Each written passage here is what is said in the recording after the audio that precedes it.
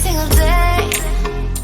Der Kalte Krieg ist ein Ereignis, das uns wahrscheinlich allen im Gedächtnis bleiben wird, besonders denen, die dabei waren. Zwischen all den Unruhen und den vielen Malen, bei denen beinahe ein verheerender Atomkrieg ausgebrochen wäre, brachte der Kalte Krieg jedoch auch Fortschritt, besonders in Sachen Raumfahrt. Juri Gagarin, Neil Armstrong, all diese Namen sind allseits bekannt. Doch was ist mit Namen wie Wladimir Komarov oder Wladislaw Volkov? Die wenigsten erinnern sich an diese Raumfahrer. Das Thema heute: die verlorenen Kosmonauten.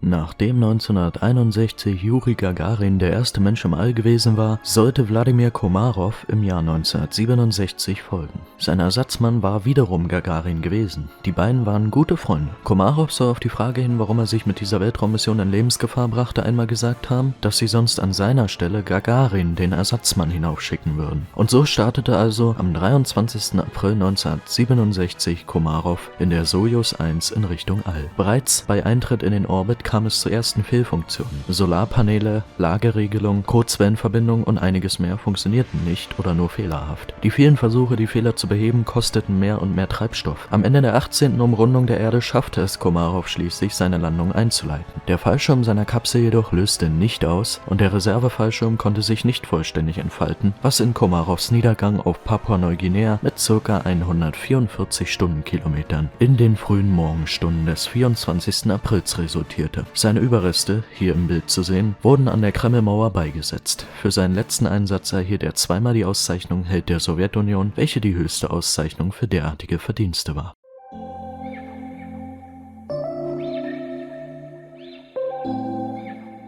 Im Laufe der Geschichte kam es zu vielen derartigen Unfällen auf sowjetischer und später russischer wie auch amerikanischer Seite. Nicht immer kam es zu Personenschäden oder Toten, aber selten war das gewiss nicht. Im Gegenteil, ein weiteres Beispiel. Am 29. Juni 1971 landete die sowjetische Sojus 11 nach einer erfolgreichen Mission wieder auf der Erde. Bei dieser Landung kam es jedoch zu unvorhergesehenen Zwischenfällen. Ein Frischluftventil hatte sich zu früh geöffnet, noch im All. Logischerweise entwich die gesamte Atemluft aus der Kapsel und da keine Druckanzüge getragen wurden, erstickten die Kosmonauten Georgi Dobrowolski, Viktor Pasajew und Wladislaw Volko elendig. Der Zwischenfall vom 28. Januar 1986, der Unfall der Challenger, gehört schon eher zu den bekannteren Unfällen in der Geschichte der Raumfahrt. Doch nach dieser Steigerung ins zunehmend Populäre nähern wir uns mal dem anderen Extrem an. Der Kalte Krieg setzt alle Beteiligten stark unter Druck. Erfolge müssen her. Alles musste besser, größer, schöner und schneller sein. Rückschläge konnte man sich nicht leisten. Was also, wenn doch mal was schief geht? Viele Unfälle beider Seiten sind uns ja bereits bekannt. Aber was ist mit denen, über die keiner spricht? Was ist mit den verlorenen Kosmonauten?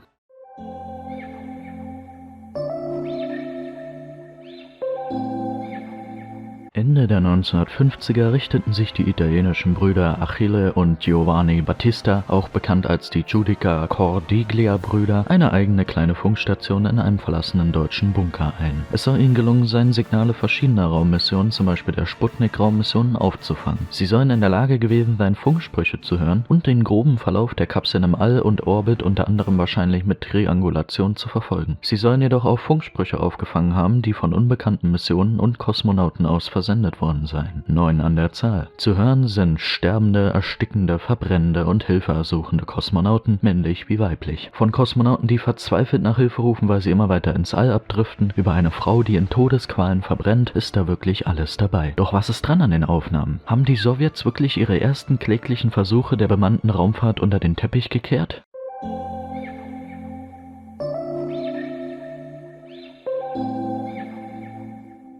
Wenn man sich die Aufnahmen mal genauer anhört, fällt schnell auf, dass die Hilfeersuche von grammatikalischen Fehlern durchzogen sind. Technische Begriffe werden falsch oder gar nicht verwendet und allgemein werden Fachtermini weitestgehend ignoriert. Komisch, die Sowjets schicken sonst nur hochgebildete Männer und Frauen auf derartige Missionen. Zudem ist in den Aufnahmen immer wieder die Rede von Teilnehmern des Vostok-Programmes, welche das Gravitationsfeld der Erde verlassen und ins All übergehen. Blöd nur, dass keine einzige Kapsel des Vostok-Programmes für derartige Expeditionen ausgelegt war, dementsprechend also keine kein Teilnehmer des Vostok-Programmes das All hätte erreichen können. Alles spricht also dafür, dass die Aufnahmen der Judica-Cordiglia-Brüder gefälscht sind. Aber wer weiß, vielleicht wurden ja wirklich Unfälle dieser Art unter den Teppich gekehrt. Beweise dafür gibt es jedenfalls nicht. Ich hoffe, euch hat dieses Video gefallen. Was haltet ihr vom Kalten Krieg und der Geschichte der Raumfahrt? Haltet ihr angesprochene beweislose Vertuschungen für wahrscheinlich? Habt ihr vielleicht sogar selber Quellen gefunden, die Beweise für derartige Vertuschungen bieten? Wenn es sich dabei um seriöse Quellen handelt, schreibt sie gerne mal in die Kommentare. Sollte ich aber wieder Quellen wie YouTube-Videos von irgendwelchen Aluhut-Menschen, private Websites ohne wissenschaftliche Legitimation oder private Blogs sehen, dann geht es in dem nächsten Spezialvideo um Quellenanalyse. Seid euch da mal sicher. Wenn dir dieses Video gefallen hat, dann check gerne die Playlist zu diesem Format aus, indem du oben rechts in der Ecke auf das i klickst. Wenn du an Minecraft-Content interessiert bist, dann sieh gerne mal auf meinem Zweitkanal vorbei. Link ist wie immer in der Videobeschreibung. Du kannst jetzt aber auch einfach auf das Kanal-Icon in der Endcard klicken. Wir sehen uns hoffentlich nächste Woche und stay crazy. Every single day